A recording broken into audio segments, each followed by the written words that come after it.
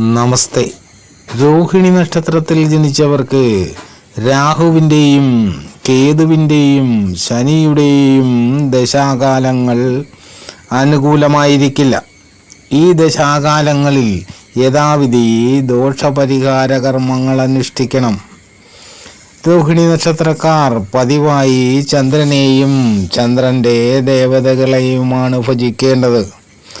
ചന്ദ്രപ്രീതികരങ്ങളായ മന്ത്രങ്ങളും സ്തോത്രങ്ങളും ജപിക്കുക, തിങ്കളാഴ്ച വ്രതമനുഷ്ഠിക്കുക എന്നിവയൊക്കെ ഉത്തമമാണ്.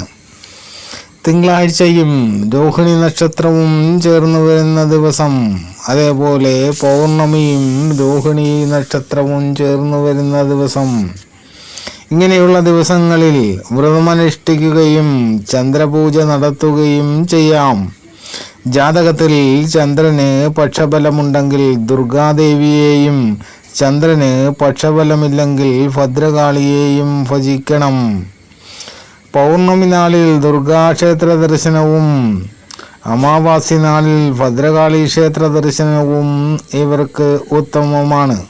വെള്ള, ചന്ദന നിറം തുടങ്ങിയ നിറങ്ങൾ രോഹിണി നക്ഷത്രക്കാർക്ക് യോജിച്ചവയാണ്.